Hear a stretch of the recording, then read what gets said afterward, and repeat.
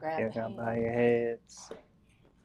All right. Thank you, dear Lord, for safe travels. And I want to say, Father, we thank thee for this food. Help us to see it in our true spiritual substance of life, which nourishes and sustains both mind and body. Let not love of appetite have dominion over us, but enable us to eat and drink in wisdom to thy highest good and to thy glory. In your son Jesus' name we pray. Amen. Amen. Amen. Well, let's get started because I know I'm hungry. Most people don't know this, but Greg and I met through a photo bomb. So,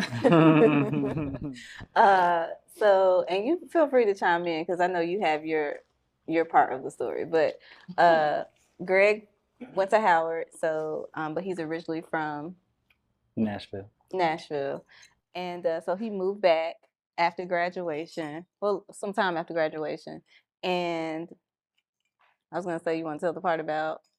Oh, yeah. So I had actually just gone through the process to become an alpha shortly after I moved back, and we were actually out celebrating the night with my Lime brothers like that weekend after we crossed. So happened to be at Limelight, which is like Nashville place that a lot of us have been no longer It's a here with staple. us. But yeah, my Lime brothers were, I guess this was like when photobombing was new, like 2014. So they were really excited. They kept photobombing all kinds of people's pictures throughout the night. So at the end of the night, they're photobombing like one last selfie as the lights came on. And I noticed my now wife, and I was like, oh, after they took the picture. So I was like, can I walk you to your car? And I don't fully remember this, but I was really on my polite game. Oh my And gosh. it was something weird, like my phone had died, and I remember I mentioned like my full government name so that she could look me up on Facebook. And the rest of the story is history from there. I might be missing some things, but that's how we met. Yeah, that was it. It was so my sister, we're 11 months apart, y'all. And so she called me and she was like, let's just go to Limelight. I was like, girl, nobody's here.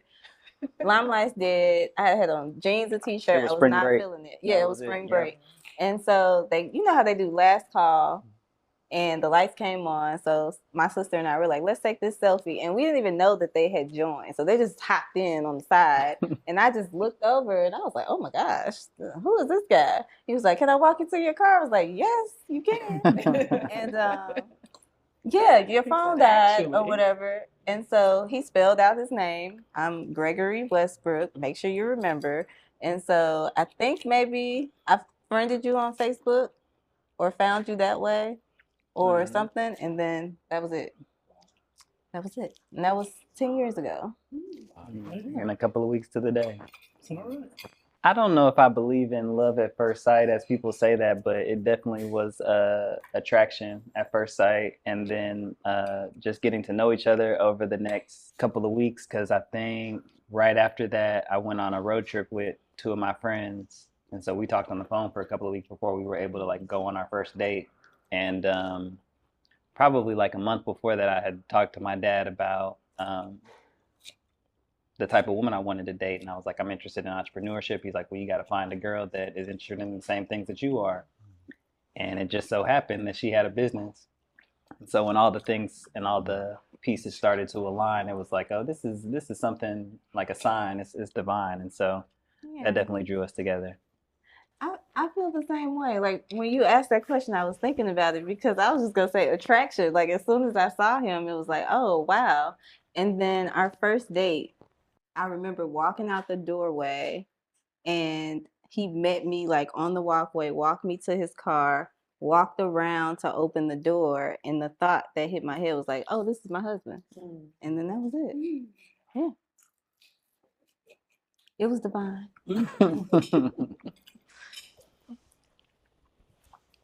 All right. So does anybody have a cool story to share? Well, everything cool in my life began at TSU. Big Blue. Okay. So it is.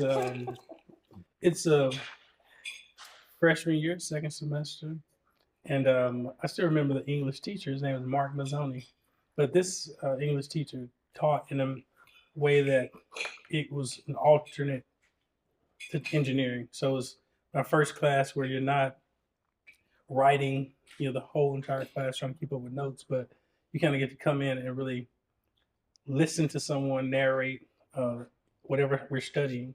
And every time I chose a class, this girl showed up. And every class, like 3 semesters in a row, we both chose the same professor.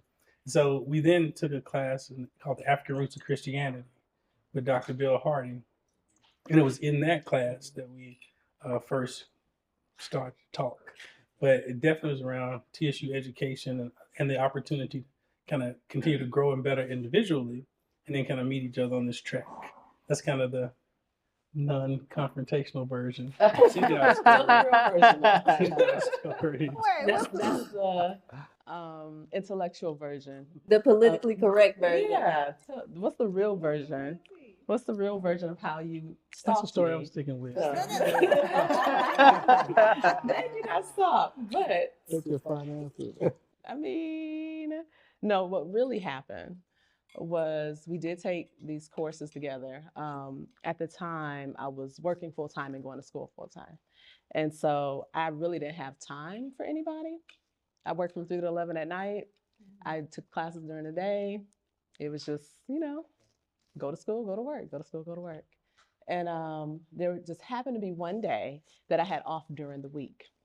And it was like, whew, I don't have to go to work today. And I'm saying it out loud to myself, but he heard an invitation. This close to me when she says it. No, we are not She's this like, close to I'm class. so glad I don't have to work today. That you wanted I me to have be no that homework close. today.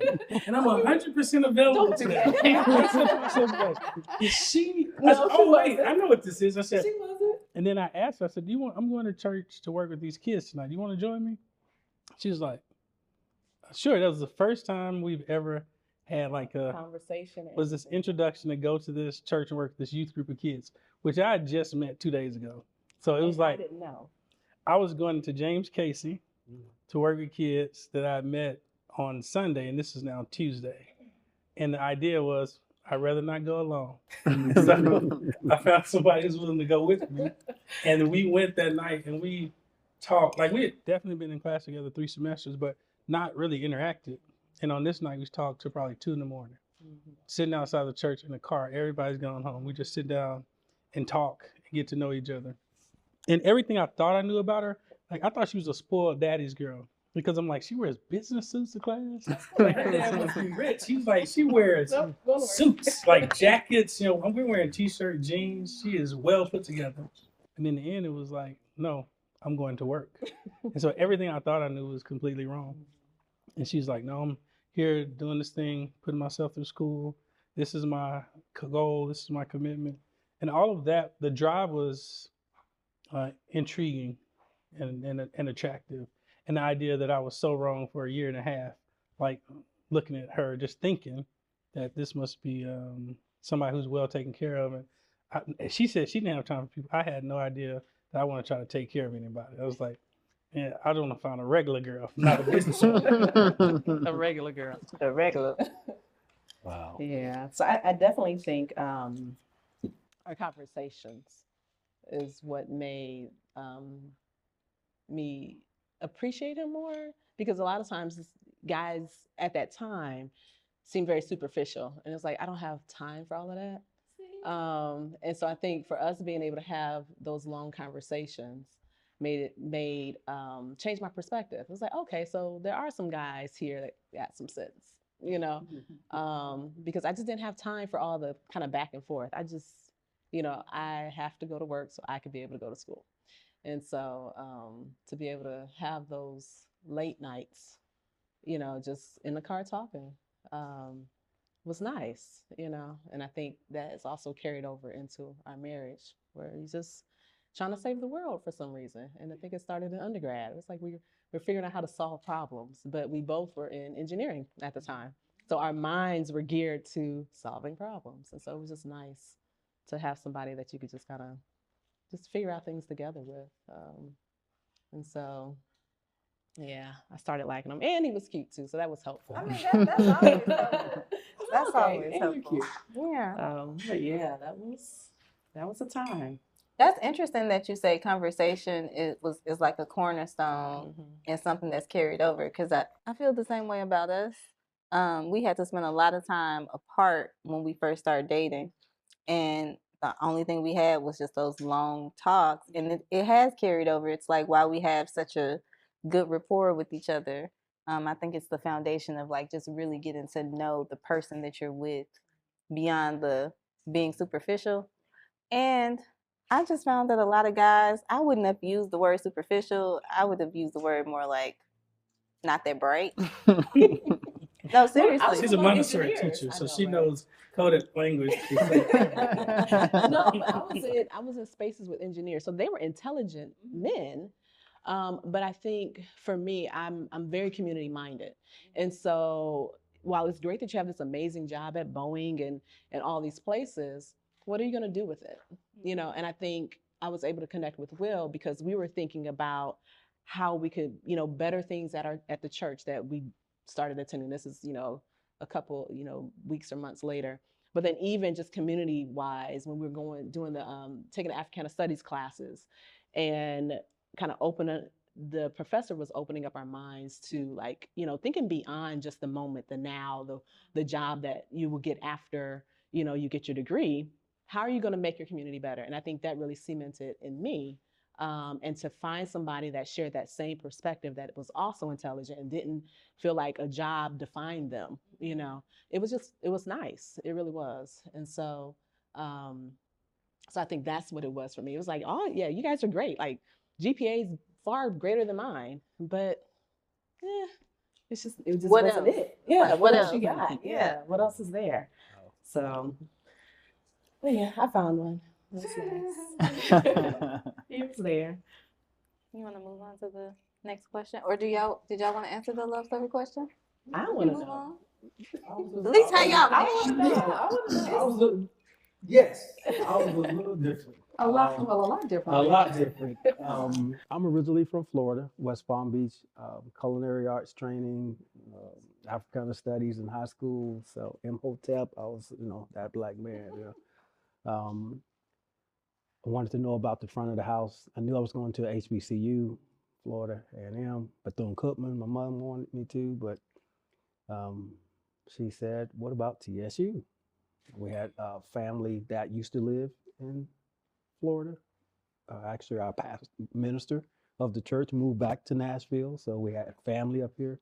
I said, "Okay, let's see if it works," and send an application, and I'm here.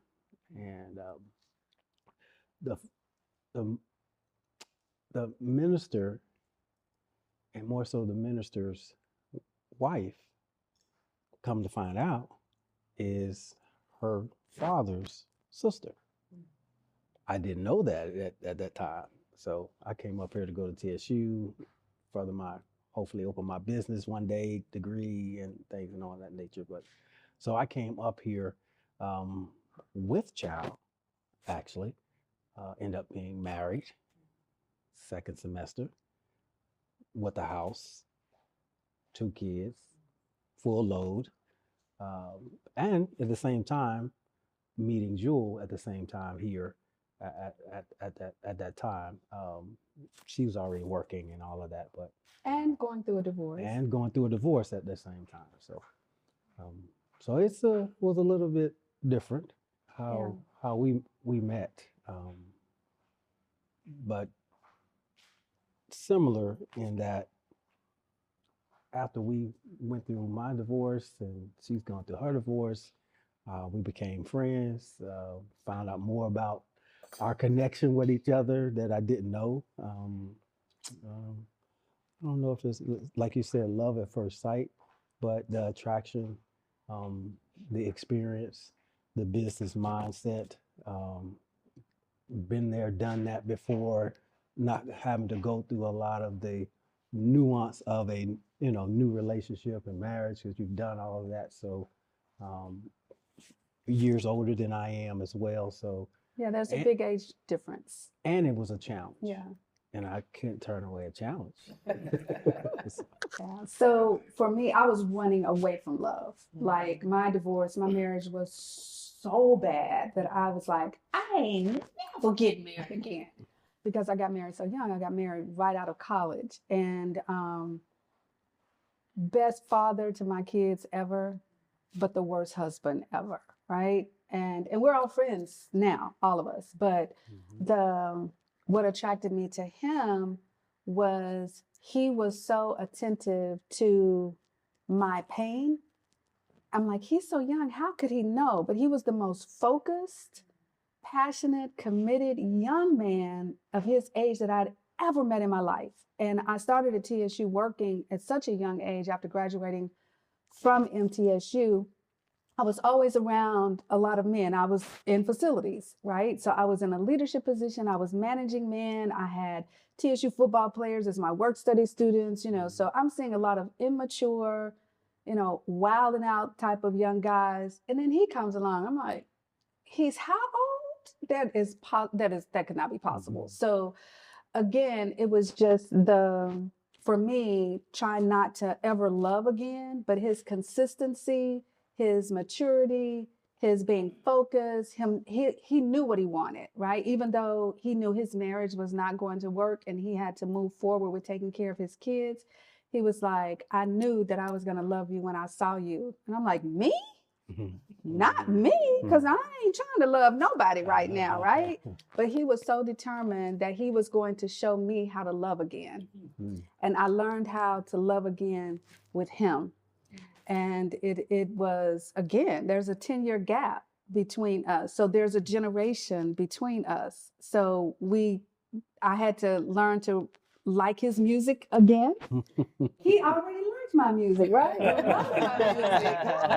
Don't you know about that? He said, don't you worry about that. I know about that. But there was still so much commonality, even though there was a generation between us. And it drew me to him. And I'm like, I don't want to love this man. I don't want to love this man. And the more I said, I don't want to love him, it was like God was like, She wasn't saying that to me, so I didn't know that. No, he would never. I would never tell him that. We had those internal conversations. It was like, I don't know, I like him, but do I really want to go there? I was struggling. That was the flesh, right? Because I knew that this is who God sent to me, and I was struggling with that. I'm like, I don't know, but how could you not love somebody like that? I mean, he was just amazing. I'd never had anybody pay that much attention to me to tell me when I'm cold, right? Like, I know you're cold. I'm like, how you know that? I know you're hungry. I know you got to pee. I'm like, what? But see, those are the qualities that I think about when I'm thinking about my husband, because I'm like, yes, maybe those are husband qualities. I don't know. But just being attentive, paying attention, and for us, it's the same way. It's like he knows what I'm going to say before I say it, or what I'm thinking before I think it. So, yeah, I think that's awesome. All right, so we need to move on, though, yeah, I'm sure. We can skip. So, knowing that there's both personal relationships and business relationships, how do you guys balance the love in business? I'll take a stab at that. I start with a real central why. Right? And so for me, love and business, and this love and family, the business emanates from the support and love that I have in my home. Like I'm very conscious, and my parents worked hard to give us a stable home, but my mother worked 96 hours a week. She had 2 full-time jobs and 1 part-time job. My parents were divorced, so I know what it looks like when there's provision but not presence. And so part of the desire for me is to create a life where I can both provide and be present. And so it's a really important part of establishing kind of the rhythm of, all right, I'm going out, you're staying in. You're going out, I'm staying in.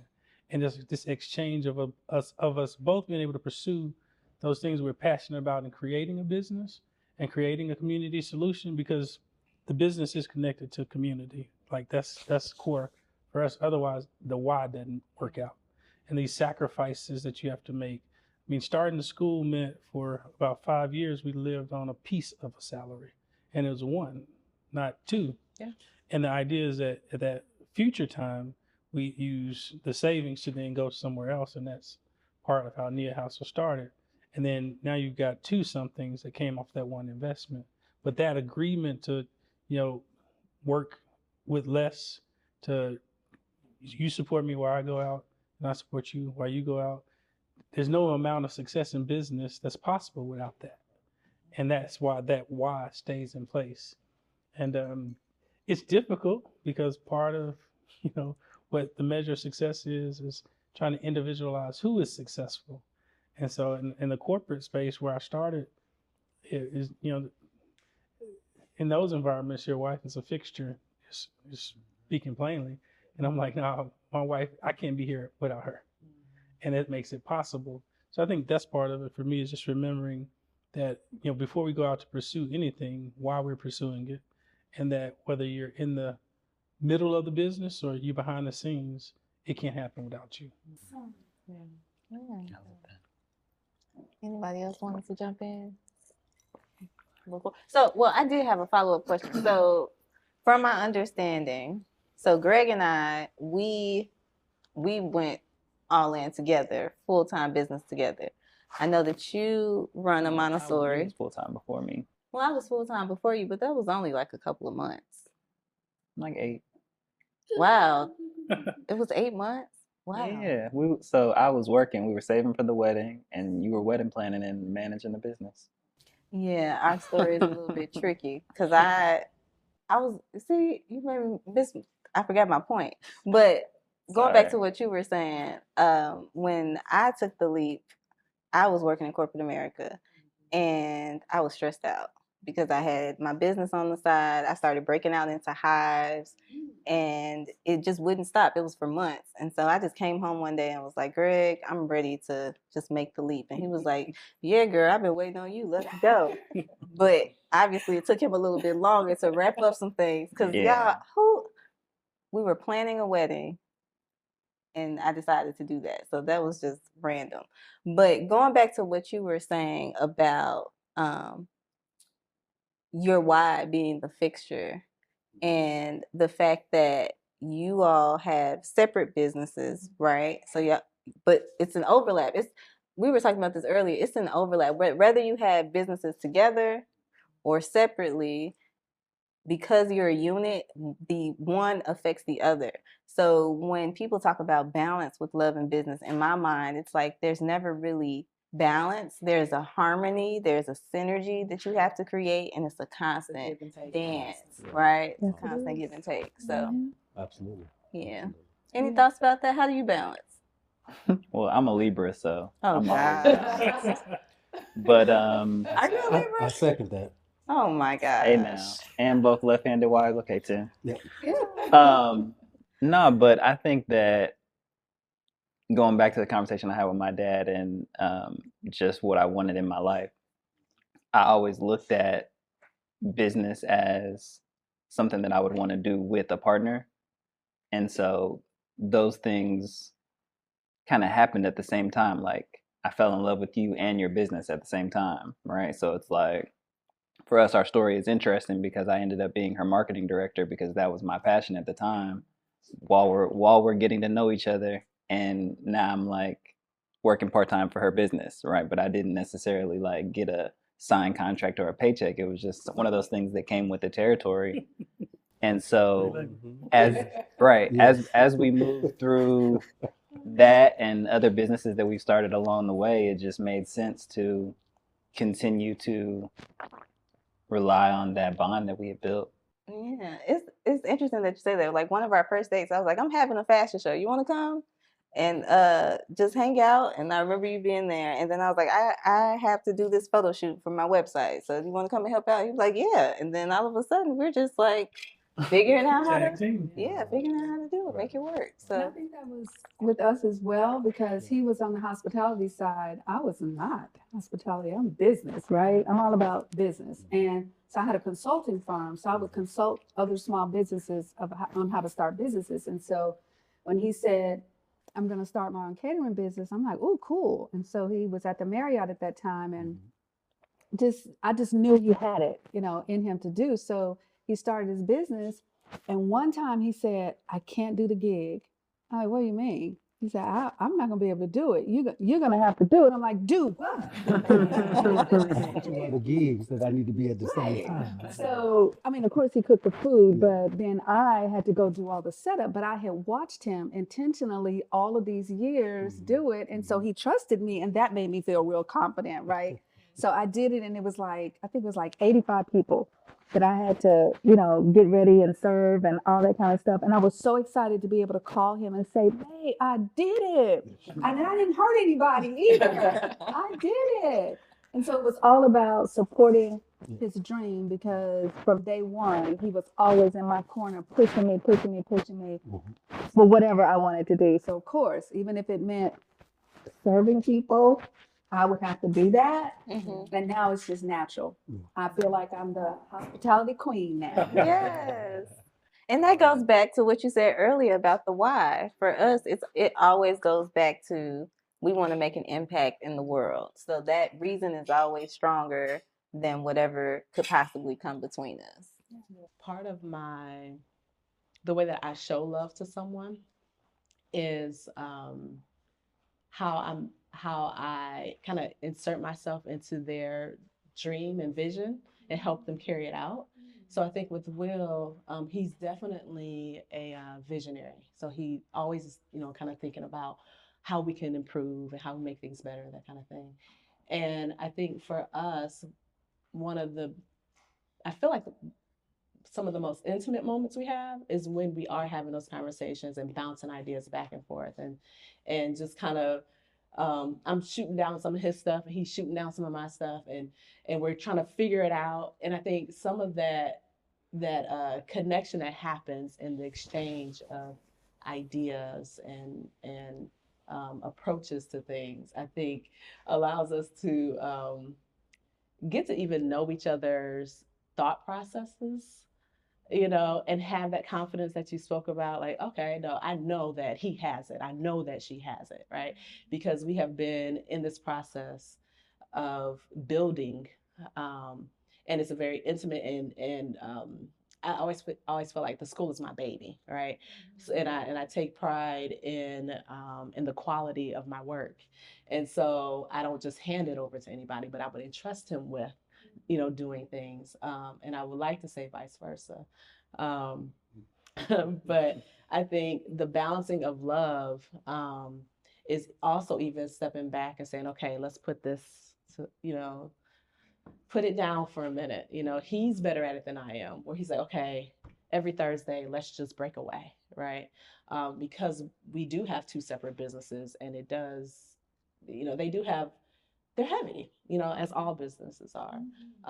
And so taking those moments to just kind of say, let's get away from here. We have teenagers. So that's fun. fun. And so it's nice. We have 3 children. And at the time when we first started our businesses, they were little. My youngest son was 3 when I started the school. And so now he's 15. No, 14. 13. 13?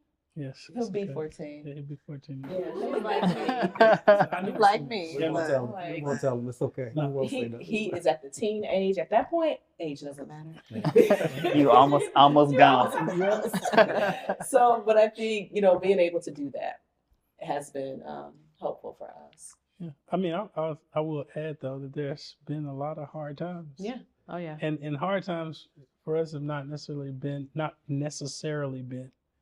about money. It's just been about like ships passing in the night and like missing each other, not because you're distant, but missing each other because you're so head down, and like like 6 a.m. This is where we are. 10 right p.m. now. Yeah. And you sleep when I get there, you sleep when I leave. Right. And it only takes a couple nights of that, let alone weeks and months of that. So like that's one of the things that I honestly feel like we do it a disservice when somebody says, well, how did that happen? And we can talk through it in this laughter and cavalier, but you have to have staying power, because you will not, the word I want to use is you become very vulnerable when the thing that you put us at risk for doesn't seem like it's immediately working out. So like it's us, but it's your baby, the school, or it's my baby, the real estate, or my baby, the distro, or my baby, and if it doesn't work out, I cost us something. And like that part is, although both of us are here, one of us have like a level of like investment and vulnerability that's different than the other. And that part is really not easy to share, because as much as you want to care about it as much as I do, you're not, because you didn't convince me, I convinced you. I was saying like, no, we need to not do that savings or investment thing. Let's put it here. And even though it's at risk, it matters. And that part is hard when we lose, and we have lost. Like, I mean, it's not a lot of people who know and understand that there's very few businesses that will succeed without loss. And those who want to really sometimes don't become sustainable businesses, because those ebbs and flows are what makes Takes them out. makes you a better leader and business owner, manager. And so there's a lot that, I mean, the first business, I mean, it was 2008 when we started Near House in our house. Okay. It's 2008. That is 16 years ago. Yep. Like, so, I mean, Yeah. we had one salary and 3 kids and a new house we had just built. And the idea of putting that at risk. And I have a twin brother. He said, man, I feel like I watch you win it all and then risk it all over and over. And I'm trying to figure out what the heck is he after. But the school was the result of my career in the hotel development space. Caused me to be gone all the time, 3 cities a week, all over the country. And I remember very clearly, we go to marriage ministry at the Village Church, and they were like, what is going on? It's like, well, he's not there. He's not helping. He's not. And I feel like he's achieving and I'm not. And I'm saying, but like, I'm doing everything I can to make sure we have it. Right. So I'm inevitably in my mother's seat now. I'm providing, but I'm not present. And the cost, I spoke in Kentucky this week and I said this to them. So there are things that cost you're paying that you cannot get back. And this is one of those things. But at the end of it, we sat down and was like, well, what is it you want to do? What is it that, would make you fulfilled? What is it that is your dream? And it took probably Maybe 3 years? 2 years? Let's say 2 years. Like, just like, I'm gonna keep working it, and I'm gonna come home. I'm getting on the first flight as soon as the meeting's over. But we gotta get to what is yours. And when it came to Nia House, it was like, this is it. And it was heavy and it was hard and there's a lot of risk. But from that day in 2008 to this one, I know it's the right move, because it gave her not only support, but like to voice the vision that I can see my thing come true. And that part has been an amazing experience, but it too has cost a lot emotionally. We had a 10-year anniversary trip planned to Hawaii, and we still have never been to Hawaii. I would not let her forget that. He won't let me I forget. paid for the trip, put some money on the line. He won't let me We forget. lost it. We still have never been to Hawaii. Still But That's why you got to go to Ghana. Yes. and that's why she would make that happen. Because she would pay me back for 2014 we did not go to Hawaii. But it's back to the why. Like, in the end, it was her answering the call of like, this is what I'm convicted to create and offer. And I think that's huge. And I was just thinking about, we're in that space now where the transition of her vision and my vision and how it's come together, but then also we have our own visions. And so how do you make that come to fruition while still sustaining the other person? And that balance is kind of one of those things. So we're literally in that space right now where she's got her baby, Shop Like University, which is like an offshoot of our current business. But there's still, tons of ideas down the line that are like, we have to do these things, or I feel like I'm not going to be completely fulfilled. And just having those conversations and finding the time is difficult, but it's necessary. Yeah, I appreciate you sharing that and taking us into a deeper part of the conversation, because those are, like you said, we talk about the positive things, but behind the scenes, it's very difficult to bring 2 people together two totally different ways of looking at the world, and then you throw business into that. And so for us, It's not like you could just fire the person if they're not doing their job I can't right. just. No, he's trying to fire It's been a lot of firing between Yeah. us, but then you realize You fine. where we gonna go. We gotta fix this thing. So what's We in the gotta house pay still? bills. We got stuff to do. Shower in the bed. Yeah. I quit. I quit a whole You lot of won't times. see me, and then we're back. That's But right. That's right. the one thing I wanted to, Mwah. what I want to say, I wanted to share this because I think it's important. So for us, we're still in our building stages. We're like, I consider us to be babies in the game, even though we have those 10 years. And our business is still relatively new. We're 6 years in. And so we talk about the leap and how beautiful that sounds, but then same thing, we didn't even have a salary. Like, we had our salary that we had saved, we had the wedding, and then nobody talks about all the debt that you acquire with getting married, even though I hear his mom in my head now. You sure you guys don't just want to? You don't want to just elope? And I'm Like, no, we my don't want to mom hear will kill that. me. My mom will kill me if you do that. But we had to figure out how to build a business with no additional income, and we've been able to build that to our first 6 figures in revenue. But then nobody talks about, okay, what are you going to live off of, and how are you going to sustain that? And luckily for us, we don't have kids yet to throw into the mix. We have a dog, but that's about it. And so I just wanted to applaud you for speaking about that, because it's not an easy thing, and people make it look so glamorous. So glamorous. But I think we're in a society where we always want to just show what's shiny and nice and new and well put together, and it's unrealistic. And I think that's why we have what we have with our children, and with adults, where, if it doesn't look like what I see on Facebook and Instagram, then maybe I'm not doing something right, and maybe I'm not where I should be. All right, it's because we just keep on putting one side of the story out there so that we look like we got it all together, but I think there's more value in just being honest. Like, hey, it is what it is. I'm still here. The businesses are still going. Everything is successful, but yeah, we still had all this other stuff going on too, and that's okay. And that's okay. I think married couples, like, we get it. Like, I'm thinking about 10 years ago. You hear conversations about what it's like to be married and why people do this. Why they stick together? This.